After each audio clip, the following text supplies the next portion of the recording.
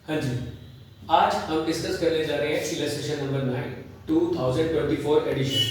देखिए, अब हमारे पास कोई बुक नहीं है, हमें क्वेश्चन के बारे में कुछ नहीं पता, लेकिन हम क्या करते हैं, हम कुछ इंपॉर्टेंट पॉइंट्स जो हमारे लिए जरूरी होते हैं हम उनको नोट कर लेते हैं। अगर हमने वो क्वेश्चन में से निकाल लिया तो हमारे लिए क्वेश्चन करना बड़ा इजी हो जाता है। अगर आप उन पॉइंट्स को नहीं समझोगे इन क्वेश्चंस में तो आप क्वेश्चन नहीं कर पाओगे। आपने क्या क्या ध्यान देना है, हमने देखा कि इसमें अगर हम यहाँ पे वैल्यू की बात करें, ठीक है, कि वैल्यू इसने डिवाइड की हुई है। सबसे पहले हमें क्या पता होना चाहिए, ऑथराइज कैपिटल। इस क्वेश्चन में हमने देखा कि ऑथराइज कैपिटल दे रखा है 10 लाख रुपीस।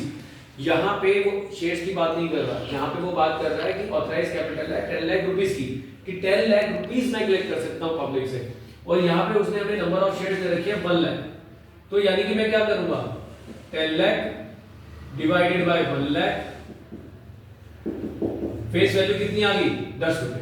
इस क्वेश्चन में हमें गिवन है। अगर किसी क्वेश्चन में नहीं गिवन हो तो हम आपको क्या करते हैं, या तो फेस वैल्यू से डिवाइड करोगे तो नंबर ऑफ इक्विटी शेयर आ जाएंगे, और अगर आप शेयर से डिवाइड करोगे तो आपको वैल्यू आ जाएगी कि एक शेयर की वैल्यू क्या है।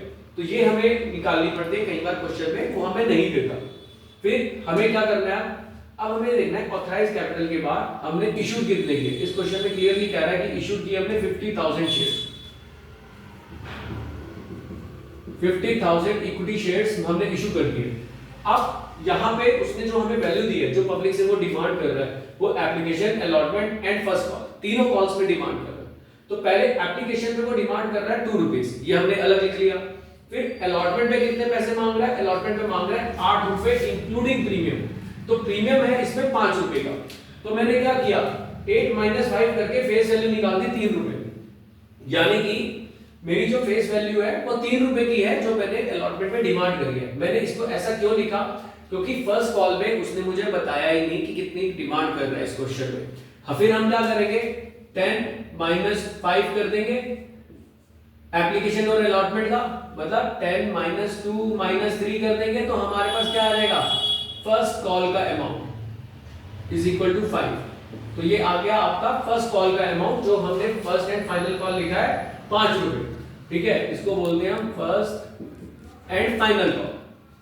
तो ये हमने डाटा अलग कर दिया कि हमारी वैल्यू है 10 रुपए, 5 रुपए का प्रीमियम है, फर्स्ट एंड फाइनल कॉल हमारी जो है 5 रुपए की है। अब और क्या हमें क्वेश्चन में गिवन दिया हुआ है, क्वेश्चन में गिवन दिया हुआ है 500 शेयर नॉट पे the first and final call. तो हमने ये लाइन जो इंपॉर्टेंट नोट्स थे ये हमने इससे क्वेश्चन से निकाल के अलग लिख लिए। यानी कि अब सबसे पहला पॉइंट कि मेरा एक पॉइंट है कि मुझे क्वेश्चन समझ में आ चुका है, एंट्रियां तो मुझे आती ही है, लेकिन मुझे क्या है, क्वेश्चन समझ में आ चुका है कि क्वेश्चन में मुझे क्या क्या गिवन है। अब मैं क्या करूंगा, नोट टू अकाउंट बनाऊंगा सबसे पहले, जिसमें मैं लिखूंगा शेयर कैपिटल और authorise capital. Authorise capital 1 lakh equity share of ₹10 each, 10 lakh rupees, यानी कि मैं ऑथराइज हूं 10 लाख रुपए कलेक्ट करने के लिए। फिर इशूड कैपिटल की बात करेंगे, 50,000 equity share of ₹10 each, 5 lakh rupees. मुझे 5 लाख की जरूरत है तो मैंने इशू कितने करे, 5 लाख। फिर हम बात करते हैं सब्सक्राइब कैपिटल, यहाँ पे बात हो रही है subscribe and fully paid up. तो subscribe and fully paid up में अब क्योंकि यहाँ पे 500 शेयर्स वो हैं जिन्होंने मुझे फर्स्ट एंड फाइनल कॉल नहीं दिया, तो मैं क्या करूंगा, 50,000 - 500 यानी कि 49,500 वो शेयर्स हैं जिन्होंने मुझे 10 रुपए की वैल्यू पे कर दी है, ठीक है। तो 49,500 इक्विटी शेयर इंटू ₹10, 4,95,000 ये मेरी फुली पेड अप कैपिटल है, यानी कि ये वो शेयर्स हैं जिन्होंने मुझे पूरे 10 रुपए जो मैंने मांगे थे मुझे दे दिए। फिर आते हैं subscribe but not fully paid up, 500 equity shares थे जिनसे आपने 10 रुपए की डिमांड करी, यानी कि 5,000 रुपीस। फिर 500 शेयर्स थे जिन्होंने 5 रुपए के अकॉर्डिंगली लास्ट कॉल के पैसे आपको नहीं दिए, 2,500। तो यानी कि आपको रिसीव कितना हुआ, आपको रिसीव हुआ फेस वैल्यू का। देखिए यहाँ पे प्रीमियम का अमाउंट कहीं नहीं लिख रहे हैं क्योंकि प्रीमियम रिजर्व एंड सरप्लस में दिखाते हैं, इसलिए प्रीमियम का शेयर होल्डर फंड में जो हम ये बनाते हैं पहला नोट टू अकाउंट जिसमें हम शेयर कैपिटल का अमाउंट निकालते हैं, उसमें प्रीमियम का कोई मतलब नहीं है, वो हम रिजर्व एंड सरप्लस में दिखाएंगे। और यहाँ पे हमारे पास आ जाएंगे 2,500, तो यानी कि 4,95,000 प्लस 2,500 यानी कि 4,97,500 इक्विटी शेयर होल्डर फंड में मेरे पास पब्लिक से पैसा आया। तो मैं यहाँ पे लिखूंगा क्योंकि क्वेश्चन में हमें, अच्छा अब हमने यहाँ पे एक्स्ट्रा कोई चीजें ऐड नहीं की, ना हमने रिजर्व एंड सरप्लस ऐड किया, ना हमने cash and cash equivalent add किया। क्यों?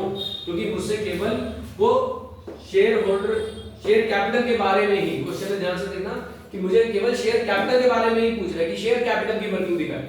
तो शेयर कैपिटल की वर्किंग में मैं केवल ये बताऊंगा कि 4,97,500 rupees as a share capital मेरे पास रिसीव हुआ है।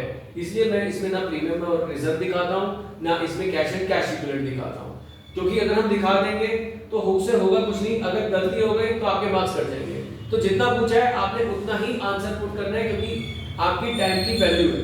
ठीक है, अब इसमें कोई डाउट है आदित्य? कोई सिंगल डाउट? No sir. ये समझ में आ गया हमने fully not fully paid up में कैसे लिया।